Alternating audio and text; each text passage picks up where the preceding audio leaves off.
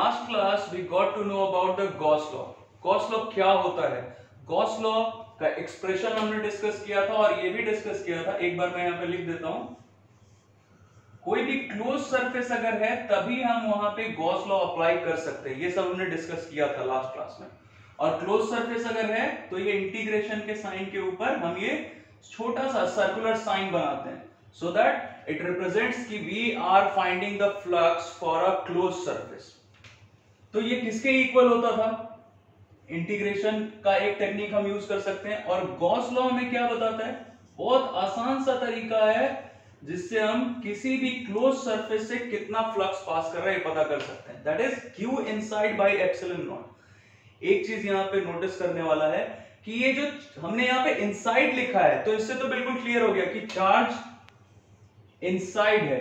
Inside कहीं पे भी हो, यहां सेंटर पे हो, यहां पे हो, यहां पे हो, यहां पे हो, कोई फर्क नहीं पड़ेगा. कहीं पे भी हो, बस इनसाइड होना चाहिए क्लोज सरफेस के चार्ज. और हम ये क्यों लेते हैं ये तुम्हें बताया है सो दैट हमारा कैलकुलेशन आसान हो. और ये जो हमारा स्फीयर है या कोई भी क्लोज सरफेस है उसका हर एक एलिमेंट, हर एक पार्ट इस चार्ज से, इस चार्ज डिस्ट्रीब्यूशन से इक्वल डिस्टेंस पे हो. जो भी एलिमेंट हम ले रहे हैं इसके सरफेस पे, यहां यहां यहां यहां कहीं भी, तो ये सारे एलिमेंट्स का डिस्टेंस इस चार्ज डिस्ट्रीब्यूशन से, इस चार्ज से इक्वल हो सो दैट इलेक्ट्रिक फील्ड हर एक पॉइंट पे सेम रहे. इलेक्ट्रिक फील्ड का मैग्नीट्यूड हर एक पॉइंट पे सेम रहे. यहां भी E, यहां भी E. खैर ये सब हमने डिस्कस किया है लास्ट क्लास में भी. तो ये जो इलेक्ट्रिक फील्ड हमने यहां पे लिखा है इंटीग्रेशन में, ये इलेक्ट्रिक फील्ड क्या है? Resultant electric field due to all the charges. चलो दो तीन चार्जेस हम बाहर में भी ले लेते हैं. ये ले लिया Q1, Q2, इधर Q3.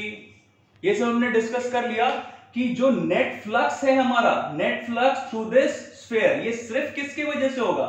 Due to the charge inside the sphere. बाहर वाले चार्ज से फ्लक्स का कोई मतलब नहीं है. बाहर चाहे कितना भी चार्ज तुम ले लो, उससे फ्लक्स का कोई लेना देना नहीं है. It doesn't play any role for the flux, for finding the flux. Flux के लिए हमें सिर्फ किससे मतलब है? Q इनसाइड, मतलब the charge inside the sphere, inside the close surface. But ये जो इलेक्ट्रिक फील्ड हमने यहां पे लिखा है ये क्या है? It is the net electric field. Net electric field due to all charges. All charges मतलब वो चाहे अंदर का चार्ज हो ये, या फिर बाहर का चार्ज हो, ये सारे चार्ज की वजह से जो नेट इलेक्ट्रिक फील्ड है उसके बारे में हम यहां पे डिस्कस कर रहे हैं. तो इस पार्ट में हमने यहां पे जो इलेक्ट्रिक फील्ड लिखा है ये नेट इलेक्ट्रिक फील्ड है सारे चार्जेस की वजह से, इनसाइड आउटसाइड सबकी वजह से. बट यहां पे जो चार्ज लिया है वो सिर्फ क्या है? Charge inside. That's it. It's very clear. क्या ये सब हमने डिस्कस किया था, एक रिव्यू कर लिया. और इससे रिलेटेड एक छोटा सा एग्जांपल भी हमने डिस्कस किया था कि अगर हमारे पास एक हेमिस्फीयर है तो उस हेमिस्फीयर के सरफेस से कितना फ्लक्स पास करेगा ये फाइंड करना था. Obviously hemisphere it is not complete, it is not a close surface. तो उसके लिए हमने क्या किया था? स्फीयर को कंप्लीट कर लिया, हेमिस्फीयर को कंप्लीट कर लिया तो क्लोज सरफेस हो गया. ये हमेशा ध्यान में रखना है कि हम गॉस लॉ सिर्फ क्लोज सरफेस के लिए अप्लाई कर सकते हैं.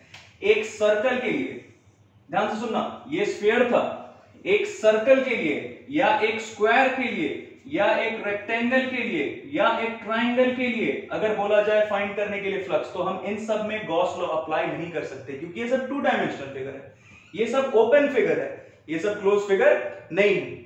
या मान लो तुम्हारे पास अगर ये सिलेंडर दे दिया गया और बोला गया कि सिलेंडर का जो टॉप है या बेस है ये हटा हुआ, मतलब ये इधर से भी ओपन है और इधर से भी ओपन है, तो ऑब्वियसली ये भी हमारा क्लोज सरफेस नहीं हुआ. अगर ऊपर से ढक्कन लगा दो, नीचे से ढक्कन लगा दो, बंद कर दो, तब ये क्लोज सरफेस होगा और तब इसमें तुम गॉस लॉ अप्लाई कर सकते हो.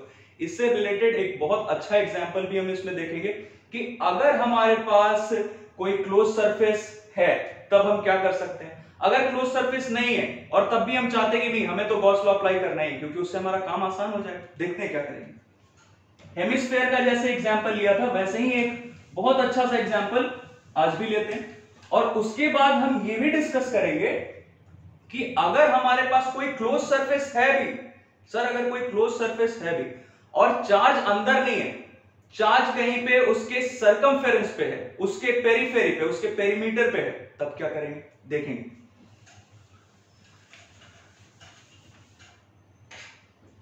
पहले ये बहुत अच्छा सा क्वेश्चन है, ये देखते हैं. ये मान लो हमारे पास एक स्क्वायर गिवन है। इस स्क्वायर में हमें बताया गया कि हमारे पास एक स्क्वायर है, ये रहा स्क्वायर। स्क्वायर से a/2 के डिस्टेंस पे, ये स्क्वायर का हर एक साइड है a, स्क्वायर का हर एक साइड है a, और इस स्क्वायर से a/2 के डिस्टेंस पे वर्टिकल हाइट ले रहे हैं ऐसे।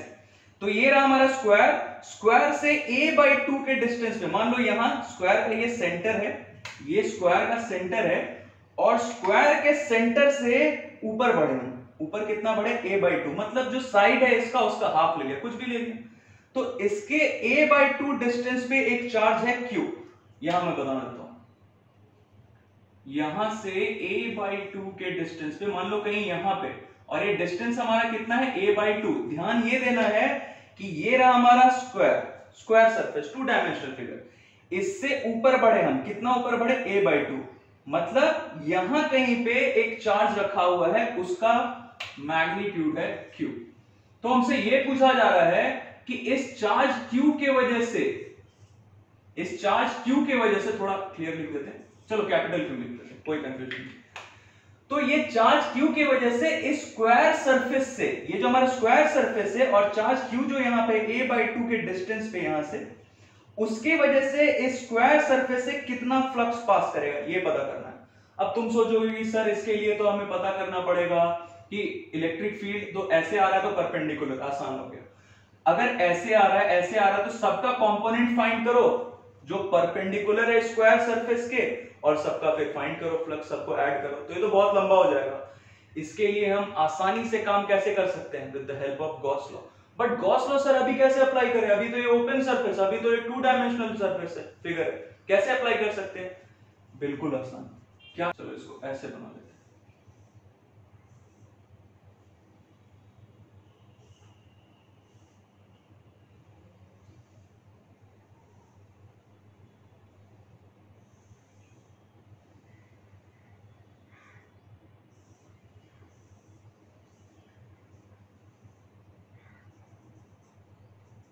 अब देखो, हमारा ये स्क्वायर सरफेस था, नीचे का स्क्वायर सरफेस था, ये वाला नीचे का स्क्वायर सरफेस। इससे कितने डिस्टेंस पे रखने बोला गया था?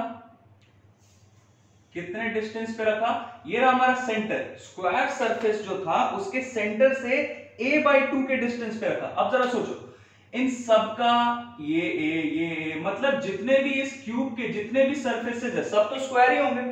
ये जो क्यूब हमने कंप्लीट कर लिया, एक स्क्वायर सरफेस नीचे गिवन था, इधर से एक लिया, इधर से, इधर से, इधर से, ऊपर से, तो सारा स्क्वायर सरफेस है।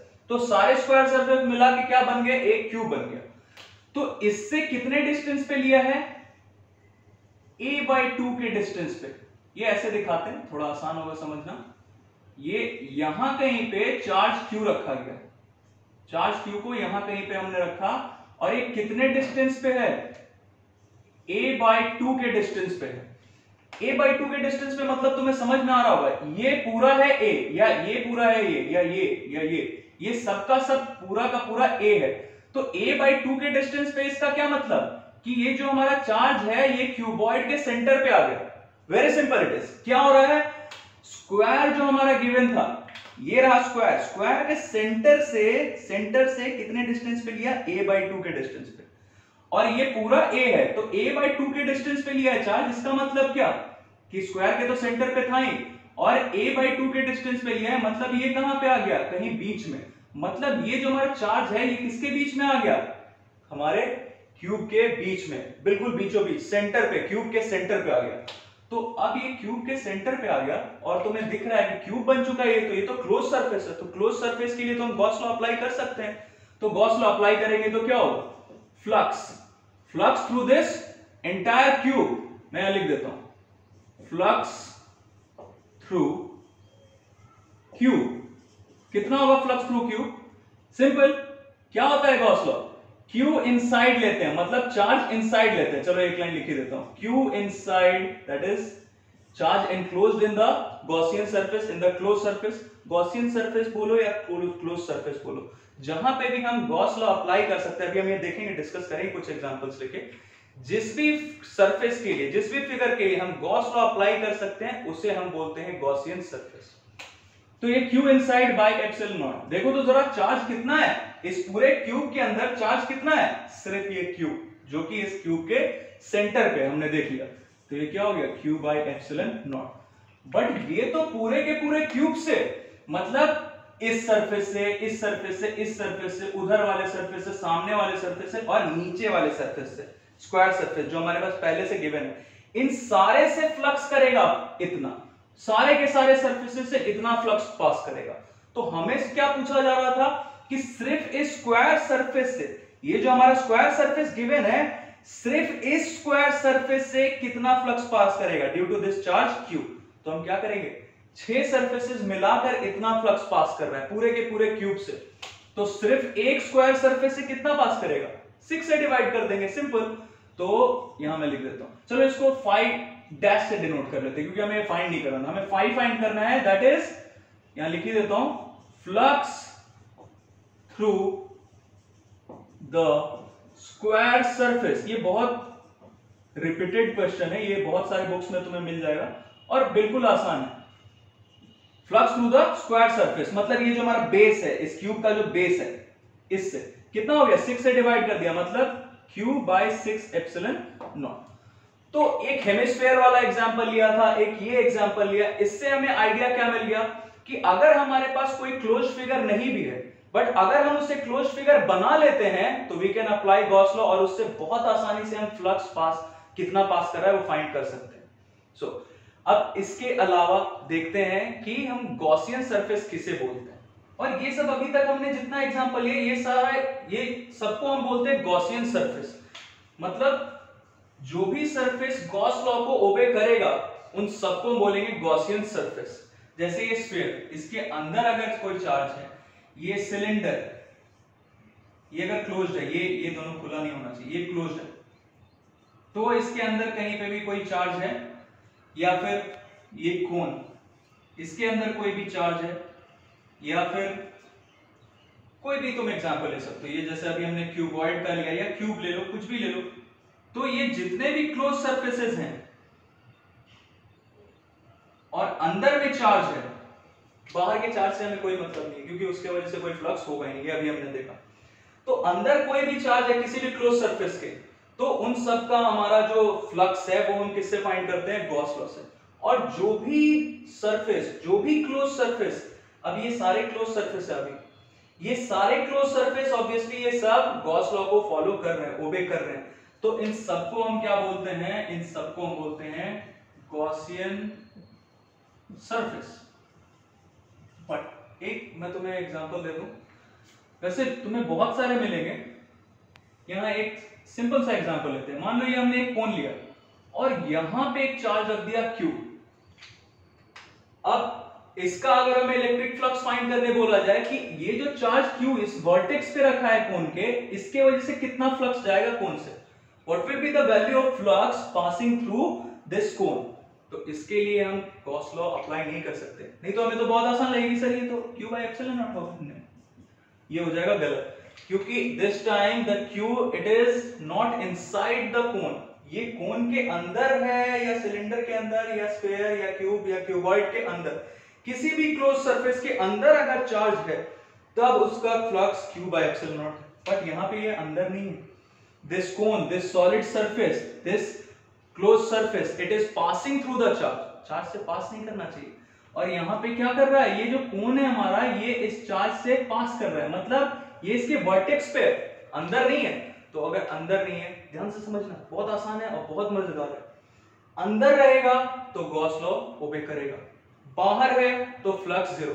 अभी हमने देखा अंदर अगर है कोई भी चार्ज किसी भी क्लोज सरफेस के अंदर है, उसके ही वजह से the charge inside the close surface is only responsible for the flux, बाहर का charge it is not responsible at all. और अगर ये चार्ज यहां पे वर्टेक्स पे, मतलब किसी भी क्लोज सरफेस के अगर पेरिफेरी पे, बाउंड्री पे अगर कोई चार्ज है, तो उसके वजह से जो फ्लक्स होगा वो हम गॉस लॉ से फॉलो नहीं करेंगे, वो फ्लक्स जीरो नहीं होगा। बाहर अगर है तब तो जीरो हो गया, लेकिन अगर इसके पेरिफेरी पे है, इसके बाउंड्री पे कहीं पे, जैसे इस कोन के वर्टेक्स पे, तो वो जीरो नहीं होगा। कितना होगा सर, अभी देखते हैं, अभी फाइंड करते हैं। तो अभी जो हम ये एग्जांपल लेने वाले हैं बहुत आसान सा एग्जांपल है। तो ये एग्जाम्पल, इससे हमारा दो चीज क्लियर हो जाएगा। एक तरीके से समझो ये हम न्यूमेरिकली अभी डिस्कस कर रहे हैं, एक न्यूमेरिकल प्रॉब्लम डिस्कस कर रहे हैं जिससे हमारा दो कॉन्सेप्ट क्लियर हो जाएगा। समझते हैं, बहुत अच्छा है, ध्यान से देखना। मान लो हमसे पूछा जा रहा है कि flux through a circular disc due to a charge Q placed at the axis of what? Axis of cone, sorry, axis of disk at a distance, कुछ भी डिस्टेंस ले सकते हैं, मान लो हमने डिस्टेंस ले लिया x। अब हमारे पास ये आ गया हमारा डिस्क, ये मान लो ये हमारा डिस्क। अब हमसे बोला जा रहा है कि इसके एक्सिस से, obviously you know about axis, axis मतलब जो ये जो हमारा डिस्क है, डिस्क मतलब it is in the shape of a solid circle. ये सर्कल जो हम बना रहे हैं ये मान लो ये पूरा भरा हुआ है। तुमने कॉम्पैक्ट डिस्क देखा है सीडी, तो वो दैट इज अ डिस्क, उसके बीच में होल है, वो होल बोलते हैं। तो ये हमारा डिस्क हो गया। अब ये डिस्क कि एक्सिस पे कहीं यहां पे हमने एक चार्ज रखा है Q, ये चार्ज रखा Q, और इसका डिस्टेंस कितना है मैं यहां पे बता देता हूं। ये जो हमारा चार्ज यहां कहीं पे रखा हुआ है, इसके सेंटर से, ये जो हमारा डिस्क है, डिस्क के सेंटर से कितना डिस्टेंस है इस चार्ज Q का? x। मतलब इसके एक्सिस पे x डिस्टेंस पे हमने, ये जो हमारा डिस्क है इसके एक्सिस पे x डिस्टेंस पे हमने एक चार्ज Q ले लिया। अब इस चार्ज Q की वजह से कितना फ्लक्स पास करेगा, चलो देखते हैं इसकी वजह से कितना फ्लक्स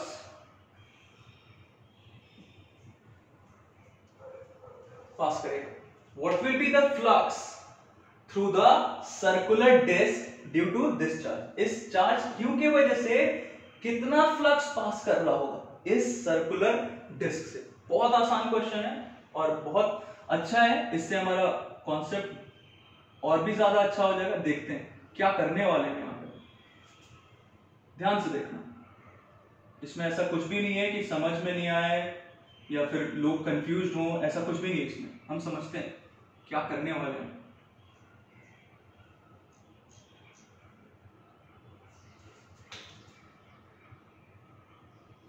ये है हमारा चार्ज Q। अब क्या करने वाले हैं हम, ये डिस्टेंस तो हमें पता है x, ये चलो मान लो ये इसका सेंटर है circular disc, that is O। और अब हम क्या करने वाले हैं, चलो मान लेते हैं ये इसका रेडियस हम कुछ भी ले लेते हैं, मान लेते हैं इसका रेडियस है कैपिटल R। रेडियस हमारे पास R है। अब हम ये सोचेंगे कि सर ये फ्लक्स तो हर जगह से जा रहा है, चलो मैं दो तुम्हें एग्जांपल देता हूं। मान लो फ्लक्स यहां इलेक्ट्रिक फील्ड लाइन गया और एक इलेक्ट्रिक फील्ड लाइन हमने इधर लिया, तो ये जो दोनों इलेक्ट्रिक फील्ड लाइंस जा रहे हैं, obviously you can see here कि दोनों इलेक्ट्रिक फील्ड लाइंस अलग अलग पॉइंट से पास कर रहे हैं, तो ऑब्वियसली इसका मैग्नीट्यूड अलग अलग होगा, इलेक्ट्रिक फील्ड का मैग्नीट्यूड अलग अलग होगा अलग अलग पॉइंट्स पे। तो यहां डायरेक्टली इंटीग्रेशन का काम करके नहीं कर सकते, तो हम क्या करेंगे, क्या करने वाले हैं हम देखते हैं जरा। सबसे पहला काम हम करेंगे कि इसके लिए एक छोटा सा एलिमेंट हम कंसीडर करेंगे। ये जो हमारा डिस्क है ये सब तुमने क्लास 11th में किया होगा, और अगर किसी को कोई दिक्कत है तो वो यहां पे क्लियर हो जाएगा, कोई बात नहीं। देखते हैं, ये हमने एक एलिमेंट यहां पे कंसीडर किया। इस सर्कुलर डिस्क का अगर हम एक छोटा सा एलिमेंट कंसीडर करना चाहें तो हम क्या करेंगे, हम एक रिंग कंसीडर करेंगे, सर्कुलर रिंग। ये एक सर्कुलर रिंग हमने कंसीडर कर लिया। अब ये सर्कुलर रिंग, ये जो हमारा सर्कुलर रिंग है इसका कुछ रेडियस होगा। चलो मान लेते हैं कि ये जो हमारा सर्कुलर रिंग है, इसको मैं थोड़ा बोल्ड कर देता हूं सो दैट इट इज क्लियर। ये पूरा का रेडियस कैपिटल R था, पूरे जो हमारा पूरा जो डिस्क है इसका रेडियस कैपिटल R है, और ये जो हमने एलिमेंट यहां पे लिया है ये एक स्मॉल एलिमेंट लिया है, सो दैट हम यहां से स्टार्ट करेंगे और रिंग का साइज बढ़ाते बढ़ाते बढ़ाते बढ़ाते यहां तक जाएंगे तो हमारा पूरा का पूरा डिस्क कवर हो जाएगा, इंटीग्रेट कर देंगे। यू कैन अंडरस्टैंड इट, ये सब तुमने पहले भी किया होगा। तो यहाँ पे एक रिंग हमने कंसिडर किया और इस रिंग का जो हमारा रेडियस है ये ले लिया r, और इस रिंग का रेडियस इसका विड्थ ले लिया, ये जो हमारा विड्थ है इस रिंग का, इसको ले लिया dr। It's very simple. अब ये जो हमने एलिमेंट यहां पे लिया है ऑब्वियसली इस एलिमेंट से भी पास कर रहा होगा electric field line, electric field इस एलिमेंट से पास कर रहा होगा, ऐसे ऐसे ऐसे सब ऐसे पास कर रहा होगा। तो ये होगा मेरा हमारा electric field. Electric field line हमने यहां पे ले लिया, इस पे ऐसा, थोड़ा इसको नीचे करते हैं।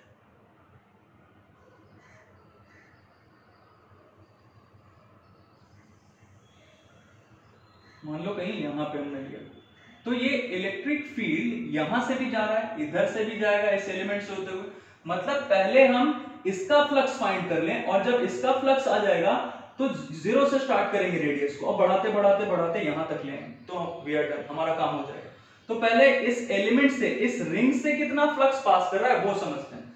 फ्लक्स के लिए क्या करेंगे हम, तुम्हें दिख रहा है कि ये रहा हमारा इलेक्ट्रिक फील्ड का डायरेक्शन, तो यही रहेगा, ये ऐसा कंटिन्यू गया, इलेक्ट्रिक फील्ड का डायरेक्शन ये हमारा हो गया। थोड़ा इसको सीधा करते हैं, इलेक्ट्रिक फील्ड का डायरेक्शन हमारा ये हो गया, ये रहा इलेक्ट्रिक फील्ड का direction. And what about the area vector? Obviously ये जो हमने एलिमेंट यहां पे लिया है, एरिया वेक्टर इसके परपेंडिकुलर होना चाहिए, तो इसके परपेंडिकुलर, ये जो हमारा एलिमेंट हमने लिया इसके परपेंडिकुलर एरिया वेक्टर ड्रॉ कर लिया। चलो ये हो गया हमारा एरिया वेक्टर। तो ये हमारा इलेक्ट्रिक फील्ड का डायरेक्शन यहां से स्टार्ट हुआ, इलेक्ट्रिक फील्ड ऐसा गया बिल्कुल स्ट्रेट यहां तक, और ये जो हमारा एलिमेंट है, एलिमेंट के क्या होता है, एलिमेंट के परपेंडिकुलर होता है एरिया वेक्टर। तो ये हमारा एलिमेंट था, इसके परपेंडिकुलर हो गया एरिया वेक्टर। अब मान लो ये एंगल हमने कुछ भी ले लिया, मान लो ये एंगल हम ले लेते थीटा। तो ये as you can see here, ये जो हमारा एरिया वेक्टर जो इस एलिमेंट के परपेंडिकुलर हमने लिया है, ये लाइन और ये axis, both of them are parallel. क्योंकि ये तुम्हें, तो ये सब सर्कल में तुमने मैथ्स में पढ़ा होगा 9th 10th में, कि ये रहा हमारा रेडियस, ये रहा tangent, obviously you can see here ये टेंजेंट है तो ये 90 डिग्री, तो ये इसके साथ 90 डिग्री बना रहा है, और ये हमारा एक्सिस है तो ये रेडियस के साथ 90 डिग्री बना रहा है। So both of them are parallel. तो ये दोनों हो गया पैरेलल, ये लाइन और ये एक्सिस हो गया पैरेलल, और ये ऑब्वियसली इलेक्ट्रिक फील्ड है, ये स्ट्रेट लाइन, तो ये ट्रांसवर्सल हो गया इन दोनों के, तो ये थीटा, तो ये भी theta, both of them are theta. अब क्या कर सकते हैं हम, यहां सिर्फ ये जो हमारा स्मॉल एरिया है डेल्टा एस, जो हमने एरिया वेक्टर लिया, ये इसके एक स्मॉल एलिमेंट के लिए लिया, मान लेते हैं ये डेल्टा एस है, यहां पे ये मैं शेड कर देता हूं, ये रहा हमारा डेल्टा एस, मैं कुछ लिख नहीं रहा, बस अभी के लिए लिख दे रहा हूं, ये डेल्टा एस एक छोटा सा एलिमेंट इस पूरे रिंग का, सिर्फ इस रिंग का, ये पूरे डिस्क का एक एलिमेंट लिया रिंग, और इस रिंग का एक छोटा सा एलिमेंट लिया डेल्टा एस। तो सिर्फ यहां से कितना फ्लक्स जाएगा ये हमें पता है, मैं लिख देता हूं, डेल्टा फाइव कितना होगा, E dot vector E dot vector delta S, और दोनों के बीच का एंगल थीटा, तो ये क्या होगा, ई delta S cos theta. But ये तो सर हुआ सिर्फ किसका फ्लक्स, सिर्फ इसका फ्लक्स, तो पूरे रिंग का फ्लक्स क्या होगा, पूरे रिंग का फ्लक्स करने के लिए क्या करेंगे, सब सारे पार्ट्स का समेशन, ये रिंग का, ये जो हमारा रिंग है इसका एक छोटा सा एलिमेंट का फाइंड कर लिए, ये एलिमेंट, ये एलिमेंट, ये एलिमेंट, ये एलिमेंट, सारे एलिमेंट्स के लिए करना है। तो हमें पता है क्या करने वाले हैं,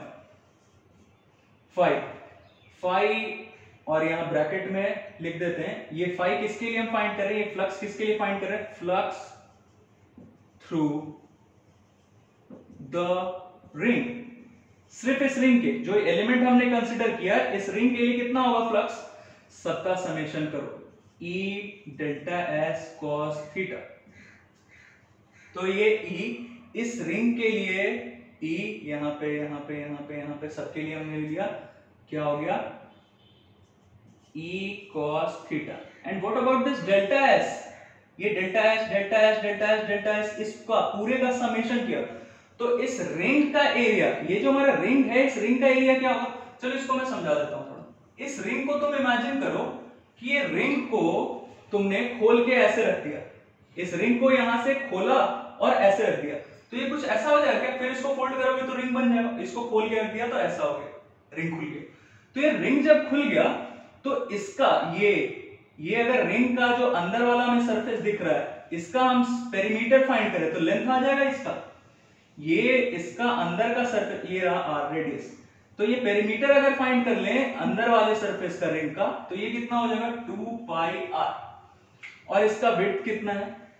बहुत आसान है, वेरी सिंपल। इस रिंग को ऐसे खोल के रख दिया, तो ऐसे खोल के रख दिया तो इसका जो पेरीमीटर है अंदर वाले सरफेस का, ये क्या हो जाएगा 2 पाई आर।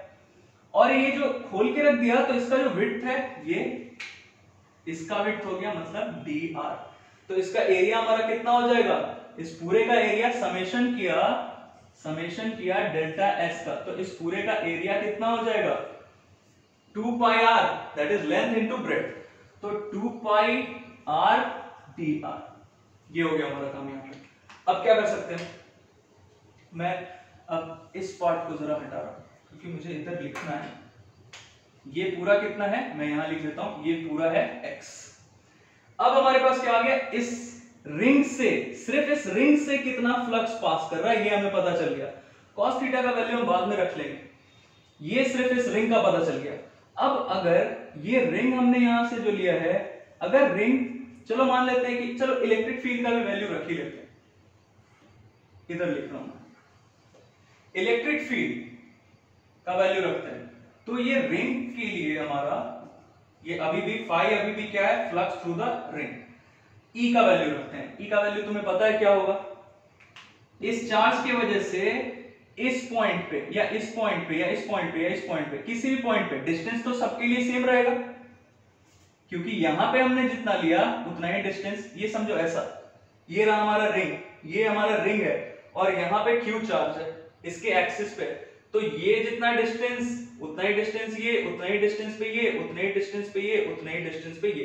मतलब इस रिंग पे चाहे तुम कोई भी एलिमेंट ले लो, ये सारे एलिमेंट छोटे छोटे पार्ट, ये सबका डिस्टेंस क्यू से सेम होगा। और कितना होगा सर, ये दिख रहा है आर और ये पूरा दिख रहा है एक्स, मतलब ये जो डिस्टेंस है ये क्या हो गया, हाइपोटेनस हो गया, तो x square plus are square का अंडर रूट। ठीक है, वेरी सिंपल। तो ये हमने फाइंड कर लिया इस चार्ज से डिस्टेंस, सेपरेशन जो है, इस पॉइंट का सेपरेशन इस चार्ज से फाइंड कर लिया, कितना है under root x square plus are square. तो अब हम फील्ड पता कर सकते हैं कि इस एलिमेंट के, इस रिंग के इस पार्ट पे, इस पार्ट पे, इस पार्ट पे, इस पार्ट पे, किसी भी पार्ट पे कितना होगा इलेक्ट्रिक फील्ड, फाइंड कर लेते हैं। तो इलेक्ट्रिक फील्ड कितना होगा, Q by 4 pi epsilon naught r square. R square मतलब ये आर से कंफ्यूज मत होना, ये आर या ये पूरा का आर मत ले लेना। आर क्या, आर का मतलब separation between the charge and the point, तो पॉइंट यहाँ है या यहाँ, सबका डिस्टेंस इस चार्ज से सेम। क्या ले लिया, आर स्क्वायर। आर स्क्वायर का मतलब इसका स्क्वायर, तो इसका स्क्वायर किया तो क्या आ गया, x square plus are square. ये तो हो गया ई का value. cos theta, cos theta का वैल्यू क्या कर सकते हैं, cos थीटा यहाँ तुम्हें दिख रहा है, cos थीटा फाइंड करेंगे तो इसका वैल्यू क्या आएगा, बेस बाय हाइपोटेनस। बेस यहाँ दिख रहा है, चलो cos थीटा का वैल्यू रख ही लेते हैं। बेस क्या है, x बाय हाइपोटेनस क्या है ये, मतलब under root x square plus are square, और क्या बचा 2 पाई आर डी आर। अब तुम्हें यहाँ दिख रहा है कि ये पाई पाई कैंसिल, चलो हटा दो, पाई पाई कैंसिल, ये 2 और 2 कैंसिल। क्या बचा हमारे पास यहाँ पे, देखो तो q x by epsilon naught 2 epsilon naught, ये क्या दिख रहा है x square plus are square, और ये x square plus are square का पावर 1/2 हाफ स्क्वायर रूट, तो ये पूरा क्या हो जाएगा x square plus are square power 3/2, 1 plus 1/2 3/2, power add हो गया मल्टीप्लाई से ना। और इधर क्या बचा है हमारे पास, R D R, that's it. अब हमें यहाँ पे दिख रहा है कि सर ये पार्ट जो है हमारा, ये तो सिर्फ इस रिंग की वजह से हुआ, ये पूरा का पूरा जो हमें आया, ये फ्लक्स सिर्फ किसकी वजह से, सिर्फ इस रिंग की वजह से। अब तुम्हें दिख रहा होगा, अब हम इंटीग्रेशन यूज करेंगे, इंटीग्रेशन का टेक्निक का, और हमारा काम हो जाएगा। मान लो ये रिंग अगर यहां पे फॉर्म होता, सेंटर पे, बिल्कुल सेंटर पे, मतलब यहां पे, तो यहां पे अगर ये रिंग फॉर्म होता, सेंटर पे नहीं, छोटा सा बिल्कुल रिंग फॉर्म हो रहा है यहां सेंटर पे, तो उसके लिए रेडियस क्या हो गया, 0। धीरे धीरे ये रेडियस बढ़ाते बढ़ाते हम यहां पे आए, तो इस रिंग के लिए रेडियस क्या हमने लिया था, r, फिर यहां से रिंग का रेडियस बढ़ाया, यहां आ गए, फिर और बढ़ाया, यहां आ गए, फिर पूरा बढ़ा दिया रिंग का रेडियस, तो यहां आ गए। मतलब अगर ये r का वैल्यू, ये जो r हमने रिंग का रेडियस लिया, इसका वैल्यू अगर 0 से बढ़ाते बढ़ाते बढ़ाते बढ़ाते कैपिटल R तक ले आए, तो पूरा का पूरा डिस्क कवर, मतलब हमारा काम हो जाएगा। तो हम इंटीग्रेट करते हैं कहां से, 0 से लेके r का वैल्यू, ये जो स्मॉल r है इसका वैल्यू कहां से कहां तक बदलेगा, रिंग का जो रेडियस है वो कहां से कहां तक बदलेगा, सेंटर से लेके यहां तक, मतलब 0 से लेके कैपिटल R तक करते हैं, इसे इंटीग्रेट करते हैं। अब मैं ऊपर का पार्ट हटा देता हूं, ये इसका अभी जरूरत नहीं है। ओके, तो ये हमारा पार्ट हो गया। अब हम इसे इंटीग्रेट करेंगे, तो by integrating we get the flux through circular disc. तो हम इंटीग्रेट करते हैं इसको इंटीग्रेट करना है, बट सर कहां से कहां तक इंटीग्रेट करें, बता दिया तुम्हें, ये स्मॉल r का वैल्यू कहां से कहां तक बदलेगा, 0 से लेके कैपिटल R तक। ये x यहां पे कांस्टेंट है, q कांस्टेंट, x कांस्टेंट, क्योंकि ये जो एक्सिस है, एक्सिस से जो ये चार्ज q का डिस्टेंस है, ये तो नहीं बदलने वाला, ये भी कांस्टेंट, 2 एप्सिलॉन नॉट भी कांस्टेंट। बदलेगा क्या सिर्फ यहाँ पे, ये r बदल रहा है, ये जो स्मॉल r हमने लिया ये सिर्फ बदल रहा है, कहां से, 0 से बढ़ता बढ़ता बढ़ता बढ़ता गया और r तक बढ़ के चला गया। तो इसको यहां से यहां तक इंटीग्रेट करना है, चलो करते हैं। और ये चलो इसका वैल्यू हम कुछ, ये जो फाई लिखा है हमने यहाँ पे, फाई को तुम कुछ भी बोल दो, फाई डैश बोल दो, फाई डैश। फाई डैश क्या है, फ्लक्स थ्रू द रिंग, यहाँ पे भी ये फाई डैश, ये फाई डैश।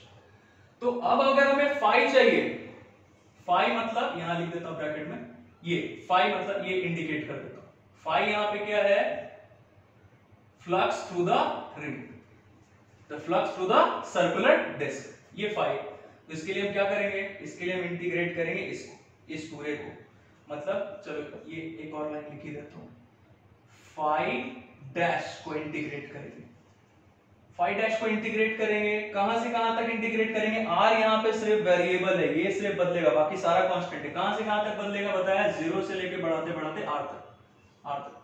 अब इसका वैल्यू रखते हैं, फाई डैश का वैल्यू क्या है, qx by 2 pi epsilon naught x square plus r square power 3/2, और ये क्या है, r dr। अब ये सारा तुमने इंटीग्रेशन में पढ़ा होगा, इंटीग्रेशन में हम ये जो टेक्निक है हमारे इंटीग्रेशन का, यहाँ पे हम क्या करने वाले हैं, हम इस वैल्यू को कुछ लेट कर लेते हैं, कुछ भी लेट कर लेते हैं। चलो मान लो इसके वैल्यू को हम कोई भी वेरिएबल ले लेते हैं, हमने s r ये सब t ले लेते हैं इसके वैल्यू, तो let x square plus r square is equal to t square, ये x square plus r square को हमने क्या लेट कर लिया, t स्क्वायर। अब इसको जरा डिफरेंशिएट करो, इसको डिफरेंशिएट करोगे तो क्या होगा, x तो यहाँ पे कांस्टेंट है और कांस्टेंट का डिफरेंशिएशन 0, तो ये पार्ट हो गया हमारा 0, r वेरिएबल है तो r का डिफरेंशिएशन क्या, तो क्या आएगा, 2r dr is equal to 2t dt, ये क्या हो गया, 2t dt, 2 तो कैंसिल हो गया, तो बचा क्या, r dr is equal to t dt। अब तुम्हें यहां दिख रहा होगा कि ये r dr को सर हटाने वाले हैं, t dt लेने वाले हैं, यहां पे ले लेते हैं, क्या हो गया, q तो जो भी यहां पे कांस्टेंट है सबको बाहर लो, q constant, x constant, 2 by epsilon naught constant, बचा क्या हमारे पास, 2x by 2 epsilon naught constant, सब बाहर ले लिया। r dr की जगह हम क्या रख सकते हैं, देखो तो जरा, t dt रख सकते हैं, रख लिया। x square plus r square का वैल्यू क्या लिया, t स्क्वायर, तो t स्क्वायर और t स्क्वायर का पावर 3/2, t स्क्वायर का पावर 3/2, 2 कैंसिल, क्या बचा, t क्यूब। अब ये क्या आ गया हमारे पास, qx बाय 2 एप्सिलॉन नॉट, ये t स्क्वायर मतलब t टू द पावर -2, ऊपर चला जाए, t to the power -2 dt। अब क्या कर सकते हैं हम, इस वाले पार्ट को मैं हटा दे रहा हूं, ये इस पार्ट को हटा देते हैं। अब इसके बाद क्या किया हमने, बहुत आसान है। तो ये थोड़ा बड़ा दिख रहा है तो इससे मत घबराना, बड़ा है बट ये हमें समझ में आ जाएगा। एक एक पार्ट करके हम देखते जा रहे हैं तो it is very clear to us. अब लास्टली हम जो समझने वाले हैं, जो हमारा कॉन्सेप्ट डेवलप होने वाला है, वो अभी 2 लाइन में हमें पता चलता है। देखते हैं ये क्या हो गया, फाई इज इक्वल टू क्या आ गया, qx बाय 2 एप्सिलॉन नॉट। ये इसका इंटीग्रेशन करेंगे तो क्या होगा, t टू द पावर, ये पावर एक ऐड होता है तो मतलब -2 + 1, तो क्या आ जाएगा -1 बाय डिवाइडेड बाय क्या करते हैं n+1, मतलब पावर +1, तो -2 + 1 मतलब माइनस। ये हो गया हमारा इंटीग्रेशन का पार्ट। अब ये सब कुछ चल कहां से रहा था, 0r 0r 0r, ये तुम्हें पता है, ये हटा देता हूं मैं, या छोटा सा इधर लिख देता हूं, x² + r²। ओके, छोटा r, स्मॉल r। ओके, अब क्या कर सकते हैं हम, इसके बाद क्या करेंगे, ये वैल्यू कहां से कहां तक है, 0 से लेके r तक। तो ये जो t का वैल्यू हमने लिया है, ये t आखिर यहां पे था क्या, t का वैल्यू रखें, ये क्या हो जाएगा, माइनस को इधर बाहर कर दो, -qx बाय 2 एप्सिलॉन नॉट, और ये t आ गया नीचे, मतलब 1 बाय t नीचे आ गया, मतलब 1 बाय t, ये माइनस बाहर गई, 1 बाय t का मतलब 1 बाय t स्क्वायर है x² प्लस r², तो t सिर्फ क्या हो जाएगा, √x² प्लस r²। और इसके आगे हम क्या करने वाले तुम्हें पता है, क्या करेंगे हम इसके आगे, -qx बाय 2 एप्सिलॉन नॉट। ये एक बार पहले r रखो इसके जगह, मतलब किसकी जगह r रखो, ये स्मॉल r का वैल्यू बदल बदल के 0 से लेके r तक चला गया, तो r रखो यहाँ पे। ये क्या हो गया, 1 by √x² plus r, x constant है, x का वैल्यू कुछ भी नहीं रखना है, स्मॉल r के वैल्यू क्या रखा, कैपिटल R, एक बार माइनस क्या करेंगे, 1 बाय 0 रखा, स्मॉल r का वैल्यू 0 रखा, तो ये क्या हो जाएगा, x² प्लस 0, मतलब x² का अंडर रूट, मतलब क्या हो गया x। It's very simple. अब तुम क्या करोगे, ये x को ओपन कर लो, ये ब्रैकेट को ओपन करके x से मल्टीप्लाई कर दो, क्या हो जाएगा, x को अगर मल्टीप्लाई कर दिया तो, लास्ट स्टेप लिख ही देता हूं, ये x से इन दोनों को मल्टीप्लाई कर दो, x से दोनों को मल्टीप्लाई करोगे तो क्या आएगा, या -x से मल्टीप्लाई कर दो तो क्या आएगा, ये माइनस माइनस प्लस, तो एक स्टेप में यहां पे डायरेक्टली लिख दे रहा हूं, q बाय 2 एप्सिलॉन नॉट, ये x से मल्टीप्लाई किया तो ये माइनस माइनस प्लस, और ये x कैंसिल हो जाएगा, तो ये क्या बचा 1, और ये माइनस प्लस, यहाँ पे तो प्लस है तो प्लस माइनस माइनस, बचा क्या यहाँ पे x by √x² plus r²। So it was the flux through this entire disk, ये पूरे के पूरे डिस्क से हमारा, अब इसको हम ज्वाइन कर देते हैं। मैंने तुम्हें बोला था कि ये जो हम अभी एग्जांपल डिस्कस कर रहे हैं, इससे हमारा 2 कॉन्सेप्ट क्लियर होगा, 2 चीज सीखने को मिलेगा हमें इससे। क्या क्या सीखने को मिलेगा सर, देखते हैं। अब ये अगर इसका हमें वैल्यू फाइंड करना था, flux through the circular disc, तो ये तो आ गया हमारा flux through the circular disk, कितना आया, q by 2 epsilon naught 1 minus x by √x² plus ये कैपिटल R² दिख रहा है, मतलब ये R²। अब ये सारा पार्ट मैं थोड़ा हटाता हूं, ये पार्ट मैं हटा रहा हूं, इसका मतलब क्या हो गया, ये रहने देता हूं, ये ताकि तुम्हें पता चले। ये पूरा क्या है, कैपिटल R, मतलब रेडियस ऑफ द डिस्क, ये रेडियस डिस्क का था, या तुम ऐसा भी बोल सकते हो कि ये जो हमारा पूरा कोन, ये ऐसा कोन जैसा दिख रहा है, ये कोन जैसा बना हुआ दिख रहा है, मतलब इस कोन से, कोन का जो बेस है उसका रेडियस कितना है, कैपिटल R, और ये पूरा कितना है x, तो ये कितना होना चाहिए सर, ये फिर से हो जाना चाहिए x² plus capital R, this time capital R², क्योंकि ये जो हमारा कोन का जो बेस है उसका रेडियस कितना है, जितना कि इस डिस्क का रेडियस है कैपिटल R, तो x² प्लस r² का अंडर रूट लिया तो ये हाइपोटेनस आ गया। अब हमें क्या दिख रहा है, चलो मान लेते हैं ये हमारा कुछ भी एंगल है, अभी थीटा लिया है, इसको कुछ अल्फा ले लो, इसको क्या बोलते हैं तुम्हें पता है, ये जो वर्टेक्स पे जो ये हाफ एंगल बन रहा है इसे हम सेमी वर्टिकल एंगल बोलते हैं, सेमी वर्टिकल। चलो ऐसे बना के दिखा देता हूं। ये रहा हमारा कोण, ये बेस है इसका। तो ये जो हाफ एंगल बनता है, ये एंगल या फिर ये एंगल जो हाफ एंगल बन रहा है इसे हम सेमी वर्टिकल एंगल बोलते हैं। तो ये हमारा सेमी वर्टिकल एंगल है जिसे हमने अल्फा से डिनोट किया है। तो ये cos अल्फा अगर हम फाइंड करना चाहें तो cos अल्फा कितना आएगा जरा देखो तो, बेस बाय हाइपोटेनस, मतलब x बाय under root x square plus are square, मतलब इसकी जगह x बाय under root x square plus are square की जगह हम और क्या रख सकते हैं, cos अल्फा, जहां पे अल्फा क्या है, alpha is the semi vertical angle. तो इससे दो चीज सीखने को मिला हमें कि अगर किसी सर्कुलर डिस्क से x डिस्टेंस पे, उसके एक्सिस पे x डिस्टेंस पे कोई चार्ज है तो इस सर्कुलर डिस्क से कितना फ्लक्स पास करेगा, इतना फ्लक्स पास करेगा। और बिल्कुल इसी से हमें एक और कॉन्सेप्ट मिल गया, एक और कॉन्सेप्ट डेवलप हुआ कि अगर कोई कोन है हमारे पास जिसका कि रेडियस गिवन है कैपिटल आर या जो कुछ भी हो, और उसका जो हाइट है वो है x, हाइट है कोन का, हाइट है x, ये रहा हाइट x। तो उस पे अगर वर्टेक्स पे हमने कोई भी चार्ज लिखा q, q1, q2, q3 जो कुछ भी है, तो यहां इसके वर्टेक्स पे अगर कोई चार्ज रखा है तो बताओ कि ये इस कोन से कितना फ्लक्स पास कर रहा होगा। तो इससे कितना फ्लक्स पास कर रहा है ये भी लिख सकते हो तुम, या इसके जगह एंगल्स के टर्म में क्या लिख सकते हो, मैं यहां लिख देता हूं। अगर एंगल के टर्म में लिखना हो तो क्या लिख सकते हो, यहां लिख देते हैं। एंगल के टर्म में क्या होगा, थोड़ा इसको कवर करो। एंगल के टर्म में क्या लिख सकते हैं, q by 2 epsilon naught 1 minus x that is base by under root x square plus r square that is the hypotenuse। तो ये इससे क्या रिलेशन आ गया, बेस बाय हाइपोटेनस, मतलब ये किसका रिलेशन आ गया, cos अल्फा। और यहाँ पे अल्फा क्या है तुम्हें मैंने बता दिया, alpha is the semi vertical angle, यहाँ लिख ही देता हूं, अल्फा सेमी वर्टिकल एंगल। और ये सेमी वर्टिकल एंगल है ये कोन में हम यूज करते हैं, सेमी वर्टिकल एंगल। तो इससे हमारा दो कॉन्सेप्ट डेवलप हो गया। I think it must be very clear to you.